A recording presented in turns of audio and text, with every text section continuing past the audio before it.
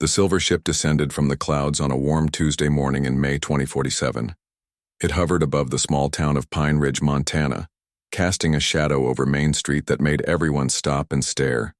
Nobody screamed. Nobody ran. The townsfolk simply gathered in groups, pointing upward with expressions of wonder rather than fear. Frank Miller was restocking fishing lures when his shop bell jingled. His buddy Joe Simmons burst through the door. "Frank, you seeing this? They're landing in Thompson's Field." Frank placed his inventory clipboard down calmly and reached beneath the counter, his hand brushing against the shotgun mounted there before, thinking better of it. "Guess we should go say hello," he said. By the time they arrived at the field, a small crowd had gathered at a respectful distance. The ship had landed without disturbing a single stalk in the surrounding wheat. A section of its smooth hull dissolved and 3 figures emerged. The aliens stood about 5 feet tall with slender bodies covered in pale blue scales that shimmered in the sunlight. Their 4-fingered hands held no weapons. Their large, almond-shaped eyes blinked rapidly as they surveyed the humans. Sheriff Donna Reed stepped forward. "Welcome to Pine Ridge," she said simply. The tallest alien bowed slightly. "I am Ambassador Zelthon of the Galactic Confederation. We come seeking peaceful relations with your world." The aliens seemed surprised when the townsfolk invited them to the community center without hesitation. Carol White, who had taught 3rd grade for 40 years before retiring, brought homemade cookies. The aliens watched carefully as she took the first bite to show they were safe to eat. "Your species shows remarkable composure," Zelthon noted, accepting a cookie. "Most civilizations we contact exhibit much greater distress at first meetings." "Well, we've been expecting you folks for a while," Frank said with a shrug. "Movies, books. We've had plenty of time to get used to the idea." Joe Simmons, the town librarian, offered the aliens coffee, which they politely declined after sniffing the dark liquid. "Our scientists will want to meet your scientists," Joe said. "But honestly, we're just regular folks here in Pine Ridge." This seemed to perplex Zelthon. "You have no specialized diplomatic corps, no designated contact specialists?" Sheriff Reed laughed. "Government's sending people from Washington, but they're stuck in traffic on the interstate. Figured we'd handle things until they arrive." As the day progressed, more townsfolk came to meet the visitors. Kids were allowed to approach after school let out, asking questions that made the aliens tilt their heads in confusion. "Can your ship go faster than light?" asked a freckled girl. "Do you have laser guns?" asked a boy in a baseball cap. "Do you eat people?" asked another child, earning a gentle scolding from his mother. Zelthon observed how easily the humans controlled their young, with just soft words and meaningful glances. The children, even the smallest ones, showed restraint and discipline that surprised him. When evening came, the aliens were invited to stay in town rather than return to their ship. Zelthon and 2 others accepted Frank and Diane Miller's offer of spare bedrooms. At the Miller home, Zelthon watched Diane prepare dinner, her hands moving with practiced precision as she chopped vegetables with a large knife. Frank took the alien on a tour of the property, pointing out his workshop, the garden, and the forest beyond. "We get deer coming through sometimes," Frank explained. "Good hunting in those woods." "Hunting?" Zelthon asked. "For sport?" "Food, mostly," Frank said. "My freezer's full of venison from last season." The alien made notes on a small device. "Your species hunts and prepares its own food rather than having specialized food providers?" Frank laughed. "We have grocery stores, but some of us like doing things ourselves." Later that night, after the aliens had retired to their rooms, Zelthon sent a message to the Galactic Confederation. "Humans appear paradoxical. They possess advanced technology but maintain primitive skills. They have no apparent caste system for protection, diplomacy, or food acquisition. Every individual seems capable across multiple domains. Further study recommended." The reply came swiftly. "Proceed with caution. Species versatility indicates unusual evolutionary path. Establish non-aggression protocols immediately." Zelthon looked out the window at the quiet town, wondering what other surprises these humans might reveal.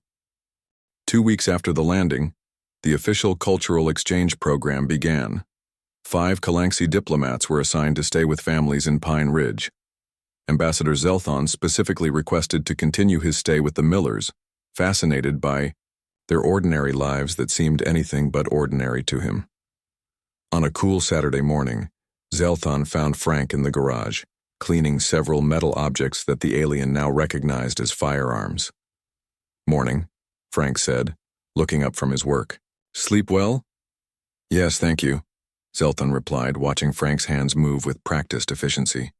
"May I ask what you are doing?" "Just cleaning my guns before the hunting trip tomorrow," Frank said.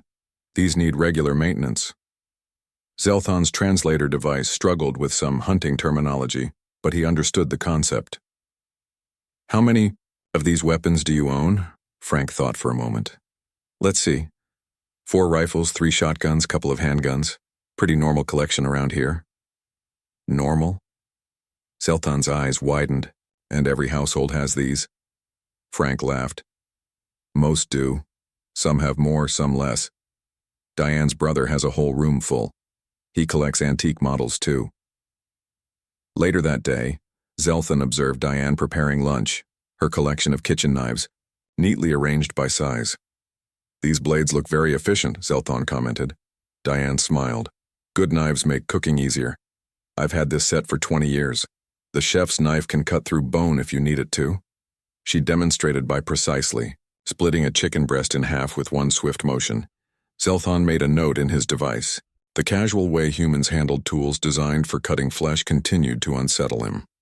In the afternoon, their son Kevin invited Zelthon to watch him play a video game. The alien sat beside the teenage boy, observing the screen where Kevin controlled a character moving through a war zone. "The objective is to eliminate enemies?" Zelthon asked. Kevin nodded, his fingers dancing across the controller. "Yeah, but it's all about strategy. See how I'm using cover and checking corners? My dad taught me that. He says it's just like deer hunting.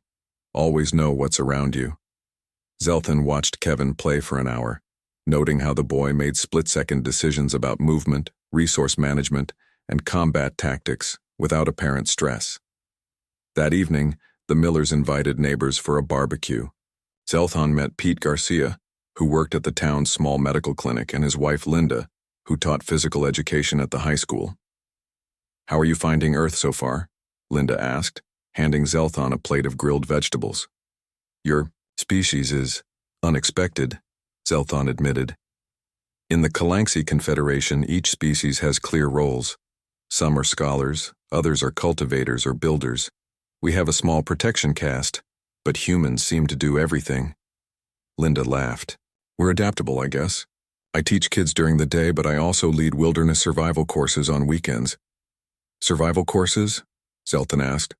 "Fire making, shelter building, finding food, that kind of thing," she explained. "Basic skills everyone should know." As darkness fell, the group gathered around a fire pit in the backyard. Zelthon noticed how everyone positioned themselves with clear sightlines to the surrounding area. Even while relaxed and socializing, they maintained awareness of their environment. Suddenly, Frank stood up, his posture changing slightly. "We've got company," he said quietly, looking toward the tree line. Everyone fell silent. Diane calmly moved to the back door. Kevin turned off the outdoor music. "Mountain lion," Frank explained to Zelthon. "Been spotted around here lately." In the dim light beyond the yard, yellow eyes reflected the firelight. Without panic, Frank picked up a flashlight and a metal rod from beside the grill. Pete and Linda moved the children behind them. "Diane," Frank called softly. "Get my horn from the garage, would you?" Diane returned with a small air horn. Frank aimed the flashlight directly at the mountain lion's eyes and triggered the horn. The sharp blast echoed through the trees, and the predator retreated into the darkness. The humans returned to their conversations as if nothing had happened, but Zelthon noticed they had seamlessly formed a defensive perimeter during the incident. No orders had been given. No panic had ensued. Later that night, Zelthon sent another message to the Confederation. Humans display concerning traits. Even their recreational activities involve hunting simulation, weapon maintenance, and combat strategy. Their children are trained in these skills from young ages. Most troubling, they appear to instinctively coordinate defensive actions without any centralized command structure. Request additional cultural specialists to evaluate potential threat level. 3 months passed since the Calanxi arrived on Earth. The small town of Pine Ridge had settled into a new normal with their alien visitors. Children no longer stared when Ambassador Zelthon walked down Main Street. The diner added special vegetable dishes to accommodate Calanxi dietary needs. Life seemed peaceful. In space, 12 light-years from Earth, something changed. A Calanxi observation post detected unusual energy signals. 5 warships emerged from hyperspace, their hulls covered in scarred metal plates and weapon mounts. The ships belonged to the Vordax, a species known throughout 3 star systems for their aggression and territorial expansion. The Calanxi observation team sent an emergency signal toward Earth, but the Vordax ships moved faster than their warning could travel. On a Tuesday morning, Zelthon received an encrypted message on his communication device. His blue scales paled as he read it. He found Frank in the backyard fixing a broken fence. "We have a problem," Zelthon said, his voice trembling slightly. "A hostile species has detected our ships near your planet. They are coming here." Frank wiped his hands on a rag. "How bad is it?" "The Vordax are conquerors. They have destroyed 17 worlds in the past century. They will likely arrive within 3 days. Frank nodded calmly. "Better tell Sheriff Reed and Mayor Gould. They'll need to organize things." Zelthon blinked rapidly. "You do not seem afraid." "Being afraid doesn't fix fences or stop aliens," Frank said. He pulled out his phone and made a call. By afternoon, the town council had gathered in the community center. The 5 Calanxi diplomats sat at the front, explaining what they knew about the Vordax. Zelthon projected images of the alien warships. "They stand nearly 7 feet tall," he explained. "Their bodies are designed for combat, with natural armor, plating, and enhanced strength. All Vordax are warriors from birth." Sheriff Reed raised her hand. "What kind of weapons do they use?" "Energy weapons primarily. Their ground forces carry plasma rifles. Their ships can target areas from orbit." Mayor Gould, a gray-haired woman with glasses, took notes. "And what defenses do your ships have?" Zelthon looked down. "Our vessels are scientific and diplomatic. We have minimal defensive capabilities." The room fell silent. Then Joe Simmons, the librarian, stood up. "I served 2 tours with Army Rangers before moving here," he said. "We should start planning defense positions and evacuation routes." People began nodding. Linda Garcia, the PE teacher, raised her hand. "I can organize the high school students into messenger and supply teams." Dr. Pete Garcia spoke next. "We should convert the clinic basement into a shelter and medical station." Within an hour, the town had broken into committees. No one panicked. No one suggested surrender. The Calanxi watched in confusion as these civilians methodically prepared for war. That evening, Frank took Zelthon to his basement. He unlocked a heavy door that the alien had never noticed before. Inside was a room lined with weapons, ammunition boxes, dried food, and water containers. "Most folks around here have something like this," Frank explained. "Not because we expect alien invasions, but storms knock out power sometimes, and it pays to be ready." "Your entire species prepares for combat?" Zelthon asked. "Not exactly. We prepare to survive. Fighting is just part of that sometimes." The next morning, unusual weather patterns appeared in the sky. The Calanxi recognized the signs of ships entering the atmosphere. Their warning had been too late. The Vordax had arrived early. 3 massive ships appeared above Pine Ridge, their dark metal hulls blocking the morning sun. Smaller craft began to descend toward the outskirts of town. In the Miller house, Frank calmly loaded his hunting rifle while Diane packed emergency bags. Kevin helped elderly neighbors into vehicles heading for the mountain caves. No orders had been given. Everyone simply knew what needed to be done. Zelthon watched from the window as the town transformed. The hardware store became a defense headquarters. The high school gym converted to a supply center. People moved with purpose, their faces set, with determination rather than fear. The Calanxi ambassador sent one final message to his homeworld. "The Vordax have arrived at Earth. Local humans preparing resistance. Most concerning observation, They are not calling for their military. These civilians appear to be organizing their own defense. I do not understand how this is possible, but they seem to believe they can fight. The first Vordax landing craft touched down in Thompson's wheat field, the same spot where the Kalanxi had arrived 3 months earlier. 6 more ships landed in a circle around Pine Ridge. The morning sun glinted off their dark metal hulls. Ambassador Zelthon and his 4 Kalanxi colleagues gathered in Frank Miller's living room. Through the windows, they watched the town's strange transformation. Your military forces cannot arrive in time, Zelthon said. Perhaps we should attempt to negotiate. Frank shook his head. Vordax don't sound like the negotiating type. He pulled a metal box from under the couch and unlocked it with a key from his pocket. Inside were 2 handguns. He checked each one carefully before sliding one across the table to his wife. Diane caught it smoothly and tucked it into her waistband without comment. She wore hiking boots and had tied her gray hair back. She looked different somehow, focused, alert. You know how to use that? Zelthon asked her. Since I was 12, she replied. My dad was a police officer. The phone rang. Frank answered, listened briefly, then hung up. They've landed troops. Big ones, like you said. At least 50 at each site. 300 warriors, Zelthon calculated, his voice trembling. They will slaughter this town. Frank smiled slightly. We'll see. At the town clinic, Dr. Pete Garcia worked with calm efficiency. He moved beds to create space, organized medical supplies, and assigned roles to volunteers. When a young woman looked nervous, he put a hand on her shoulder. Just like our tornado drill last year, he said. Same. Oceans, different emergency. From the clinic windows, they could see Vordax soldiers forming ranks at the edge of town. The aliens stood over 7 feet tall with gray, armor-plated skin and 4 arms, each holding a weapon. At the high school, Linda Garcia directed teenagers with surprising authority. The physical education teacher had changed from her usual sports clothes into dark pants and a fitted jacket with many pockets. She gave clear instructions to groups of students. Team 1 handles water.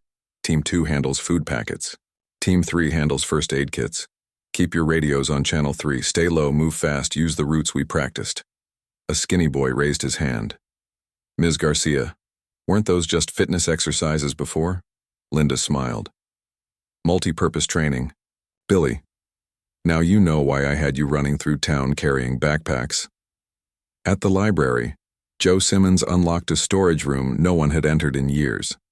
Inside were maps of the town and surrounding countryside, marked with lines, arrows, and symbols. He spread them on a table where 5 older residents waited. We're here, Joe said, pointing to the library. Vordax are here, here, and here. They don't know about the tunnel system under Main Street, the hunting paths through the woods, or the old mine shafts. A gray-haired man nodded. Just like we planned after the wildfire 10 years ago. Exactly, Joe agreed. Different threat, same principles. At Town Hall, Mayor Gould coordinated communications while Sheriff Reed distributed weapons from the police station's expanded armory. Neither woman showed fear as reports came in about Vordax movements. Zelthon watched all this through video feeds Frank had set up on a laptop. The screens showed ordinary humans transforming before his eyes. The hardware store owner now moved like a soldier. The elementary school cook was assembling rifle parts. The mail carrier was instructing others on how to make simple explosives, from household chemicals. I don't understand, Zelthon said. You have no military training. Your species divides labor. You told me you are shopkeepers, teachers, doctors. Frank checked the ammunition in his rifle.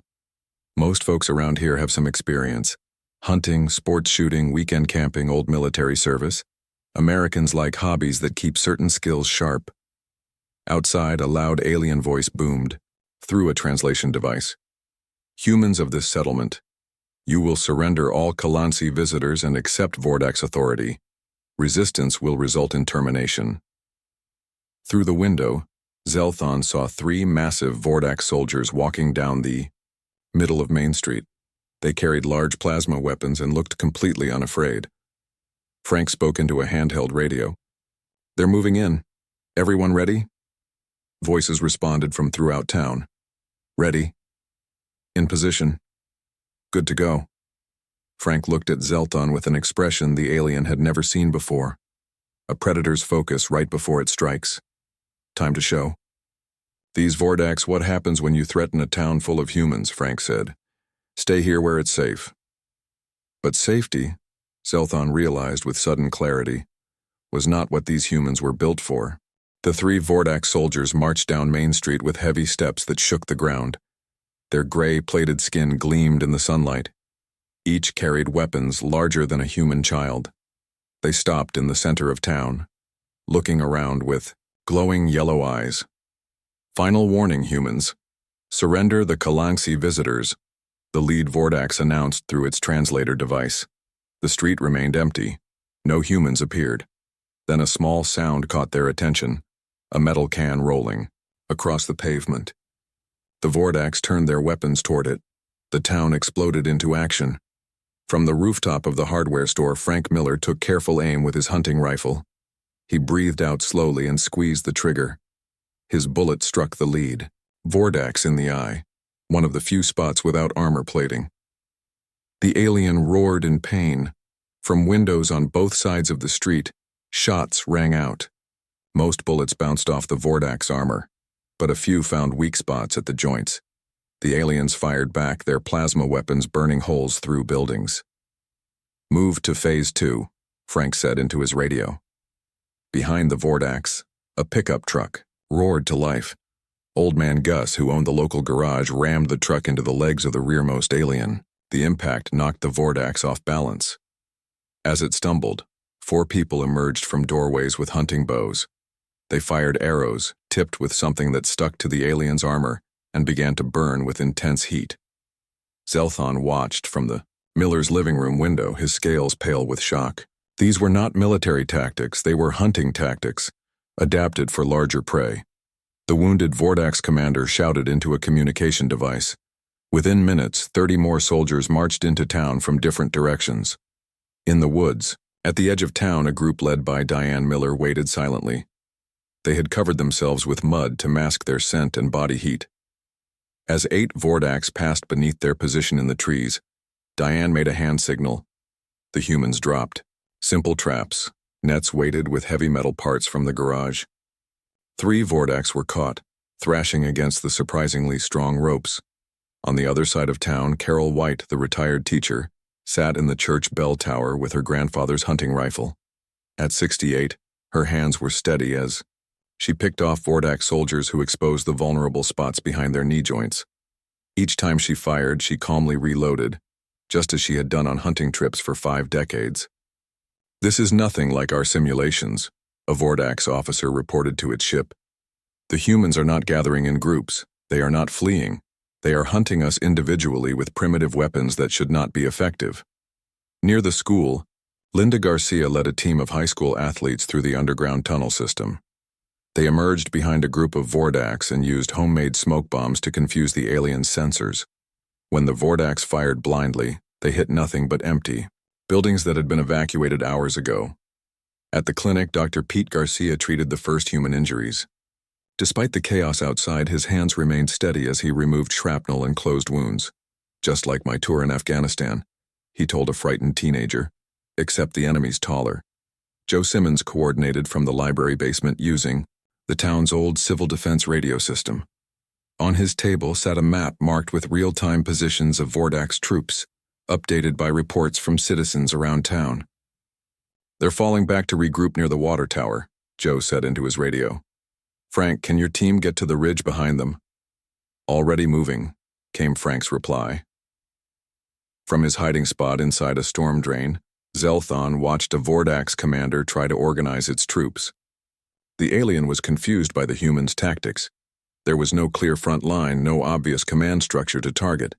Just individual humans appearing, striking, and disappearing.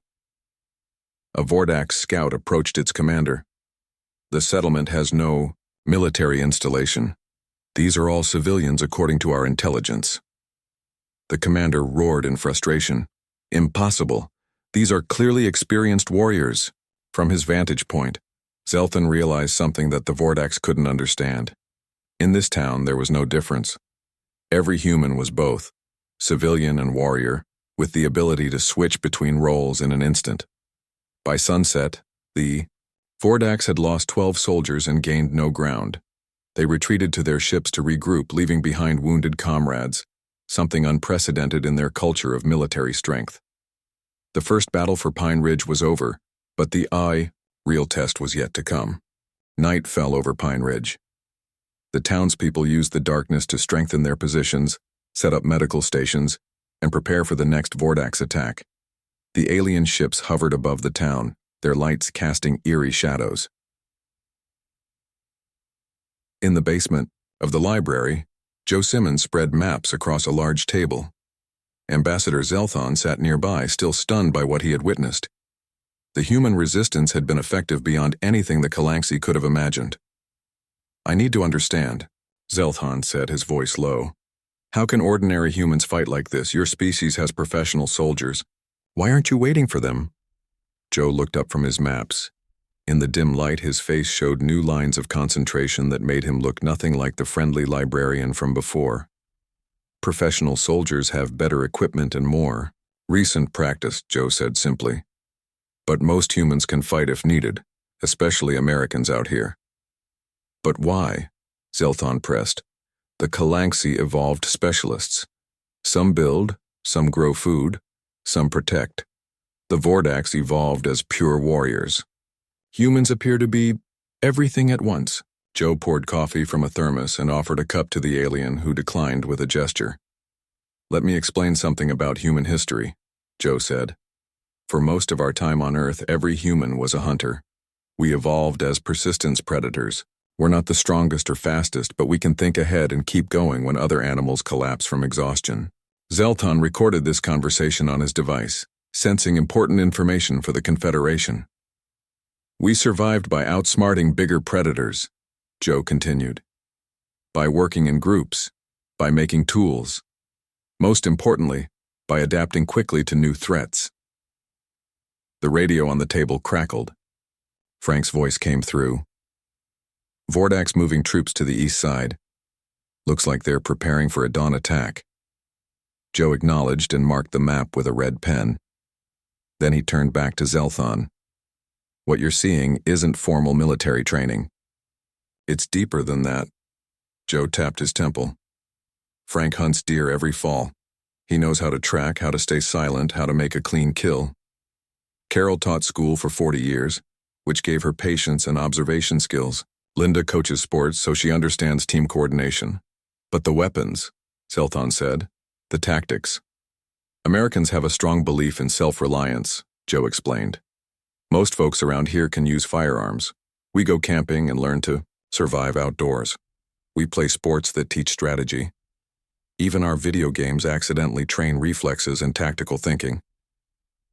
Outside, they heard movement as teams of townspeople relocated to new defensive positions. No one had to tell them where to go. They simply understood the strategy from years of working together through floods, fires, and storms. "Even your children seem prepared," Zelthon observed. Joe nodded. "Not intentionally, perhaps, but they play hide and seek, which teaches concealment. They climb trees and explore caves. They learn to read the environment, to notice details adults miss." The alien sat back, his large eyes blinking rapidly as he processed this information. "What you're describing," Zelthon said slowly, "is an entire species of potential warriors." "No," Joe corrected, "an entire species of survivors who can become warriors when necessary. There's a difference." Frank entered the basement, his clothes dirty from crawling through underbrush. He carried his rifle in one hand and a Vordax communication device in the other. "We intercepted their signals," Frank said. "They're calling for reinforcements. Says they're facing unexpected resistance from highly trained combat units disguised as civilians." Joe laughed quietly. "They still don't get it." Zelthon looked between the two humans. "Get what?" "That there's no disguise," Frank said. "We're just regular people who decided not to die today." Joe pointed to the map. "The Vordax think like specialized warriors. They expect us to fight like warriors, with formations, front lines, and clear hierarchies, but We're fighting like what we are, hunters protecting our territory. And that, Frank added, is something their specialized warrior brains can't understand or predict. For the first time, Zelthan felt something beyond fear or confusion. He felt awe. The peaceful Kalanxi Confederation had never encountered a species like humans, creatures that could shift from gentle neighbors to lethal defenders without special training or equipment. Your entire species, Zelthan whispered, are apex predators, pretending to be peaceful. Joe shook his head. Not pretending, choosing. There's a difference. Now, let's figure out how to survive tomorrow. Dawn broke over Pine Ridge with an eerie silence. The Vordax ships hovered above the town, casting long shadows across the buildings. Inside the community center, Mayor Gould gathered the town leaders and the Kalanxi visitors for an emergency meeting. We just got radio contact from outside, she announced. The same thing is happening across the country. Vordax ships have landed near small towns and cities everywhere. Frank nodded grimly. What about the military? They're engaged with the main Vordax fleet, Mayor Gould replied. Help won't come soon. We're on our own for now. The room fell, silent as this news sank in. Then Linda Garcia stood up. We just survived the first day when we were surprised, she said. Now we can plan better. Joe spread a map on the table. The Vordax are regrouping here and here, he said, pointing to marks on the paper. They're calling for reinforcements, but their main command ship is still in the same position. Frank studied the map. They think like soldiers, not hunters. They'll expect us to hide and defend. We need to do something they won't expect. We need to attack their command ship, Diane said quietly. The room erupted in discussion. Ambassador Zelthan watched with growing interest as the humans debated strategy. There was no fear in their voices, only practical concerns about tactics and timing. The ship is heavily armed, Zelthan warned. You cannot approach it directly. Carol, White, the retired teacher, smiled slightly. Who said anything about directly? By mid-morning, reports came in from other towns via emergency radio. Everywhere the pattern was the same. Ordinary citizens were fighting back using whatever tools they had available. Farmers used tractors as barricades. City workers used construction equipment as weapons. Hunters and sports shooters formed sniper teams. In Pine Ridge, Frank led a small group to the edge of town where the forest began. With them were two Kalanxi scientists who had spent the night modifying human weapons. Your bullets cannot penetrate their ship armor, one Kalanxi explained. But we have adjusted these hunting rifles to create an electromagnetic pulse when fired together in sequence. Frank nodded. That might disable their systems long enough for us to get inside. As the group prepared, Zelthan approached Frank. I wish to join your mission. Frank looked surprised. It's dangerous. The Kalanxi aren't fighters. No, Zelthan agreed. But I understand their technology better than you do, and I have seen enough to know that humans can teach us something important about survival. As dusk approached, Frank's team moved through the forest. They used mud to cover their skin and clothes, masking their heat signatures from Vordax sensors. They crawled on their stomachs for the last half-mile, moving as silently as deer stalking through underbrush. The massive Vordax command ship rested in a clearing.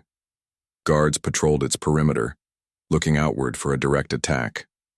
None looked up into the trees where humans now positioned themselves. Remember, Frank whispered. Just like hunting, breathe steady. Take the shot when you have it. On his signal, 5 rifles fired in precise sequence. The electromagnetic pulse hit the ship's sensor array. Lights flickered across its hull. Inside the ship, Vordax commanders roared in confusion as systems failed. Before they could restore power, silent figures dropped from nearby trees onto the hull. The humans attached small explosive devices to specific points that Zelthan had identified, then retreated back into the forest. The explosions were small but precisely placed. They created openings in the ship's outer armor. Frank led the way inside, moving with the quiet confidence of someone who had stalked prey his entire life. They encountered 3 Vordax guards. Before the aliens could fire their weapons, Carol put a bullet through each one's eye socket. I won awards in shooting competitions for 20 years, she explained to a stunned Zelthan. Never thought I'd use those skills for this. They reached the ship's engine room. The Galaxy scientists quickly identified the main power coupling. With Zelthon's guidance, they reconfigured it to create a fatal overload. "We have 10 minutes to exit," Zelthon warned. As they retreated, alarm signals blared. Vordak soldiers rushed toward the engine room, passing within feet of the humans who pressed themselves into shadowy recesses. Frank had taught everyone to control their breathing, to remain perfectly still until the threat passed. Skills learned from a lifetime of hunting. The team escaped into the forest just as the command ship's systems began to fail. The massive vessel shuddered, its lights flickering out section by section. Without its coordination, the other Vordak ships fell into disarray. By morning, word spread across the emergency broadcast system. Across the country, ordinary humans had achieved similar victories. The Vordaks, expecting to face either civilian victims or organized military units, had found neither. Instead, they encountered something their specialized warrior minds could not comprehend. An entire species of adaptable predators who fought not with training but with instinct, refined over thousands of generations. The aliens began a full retreat from Earth. 2 weeks after the Vordak's retreat, Pine Ridge began to return to normal. Workers repaired buildings damaged in the fighting. Children played in the streets again. The hardware store reopened for business. If not for the occasional Galaxy visitor, walking down Main Street, it might seem like nothing had ever happened. Ambassador Zelthon sat on the miller's front porch watching Frank fix a damaged railing. It amazed the alien how quickly humans switched back to peaceful activities after showing such capacity for violence. "Your Confederation ships will arrive tomorrow," Frank said, hammering a nail into place. "You'll be heading home soon?" Zelthon nodded. "The Confederation Council is eager to hear my report in person." "What will you tell them about us?" Frank asked, setting down his hammer. The alien considered the question carefully. "The truth. That humans are unlike any species we have encountered before." Inside the house, Diane called them for lunch. The kitchen smelled of fresh bread and soup. She set 3 bowls on the table with the same hands that had so effectively wielded weapons during the battle. Now they gently placed napkins beside each setting. "I studied your species during my time here," Zelthon said as they ate. "Your history is filled with violence, yet you build beautiful things. You fight fiercely, yet you show compassion to enemies. You are predators who write poetry." Frank smiled slightly. "We contain multitudes," as one of our poets said. After lunch, they walked through town. People waved to Zelthon, now a familiar sight in Pine Ridge. They passed the school where Linda Garcia was teaching physical education again. Through the fence, they watched children climbing ropes and running obstacle courses, activities that looked like play but built strength and coordination that might someday save their lives. At the library, Joe Simmons was reshelving books. The basement war room had been dismantled, the maps put away. He greeted them warmly, then returned to organizing the history section, as if he had never coordinated battle plans. "I have been authorized to offer Earth membership in the Galaxy Confederation," Zelthon said as they walked to the town square. "Your government representatives are considering it." Frank nodded. "Good to have allies in space. But I must be honest," Zelthon continued. "Some members of the Confederation fear your species. They have reviewed my initial reports about human adaptability and fighting capacity." "We're not looking for conquests," Frank said. "Most humans prefer peace." "Yes," Zelthon agreed. "That is what makes you more remarkable, and more concerning to some. The Vordaks are predictable, always aggressive. The Galaxy are predictable, always peaceful. Humans can be either, switching states with unsettling ease." They stopped at the memorial that had been erected in the town square. 5 names were engraved on it, the residents who had died defending Pine Ridge. Fresh flowers lay at its base. "Look there," Frank said, pointing across the street. Carol White, the retired teacher who had become a deadly sniper during the battle, was now helping a young child tie his shoelace. Her hands, so steady with a rifle, gently fixed the small knot. She smiled warmly at the boy, then continued on her way to the grocery store. This is what the Confederation needs to understand, Frank explained. We fight when we must, but we prefer not to. The capacity for violence doesn't mean the desire for it. That evening, Zelthon completed his final report to the Confederation Council. He wrote, "Humans represent a new category of sentient life. They are not specialized for peace or war, but have evolved the capacity for both. Their civilians can become warriors when threatened, then return to peaceful pursuits once danger passes. This adaptability makes them unpredictable by our standards but offers unique value as potential allies."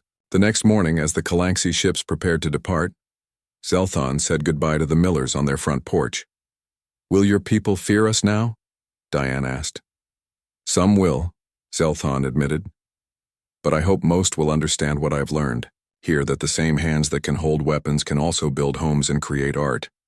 That the minds that can plan battles can also solve scientific problems and write stories." Frank shook the alien's hand.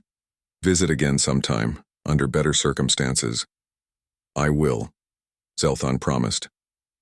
As the Calaxy ships rose into the sky, Ambassador Zelton watched Pine Ridge grow smaller below.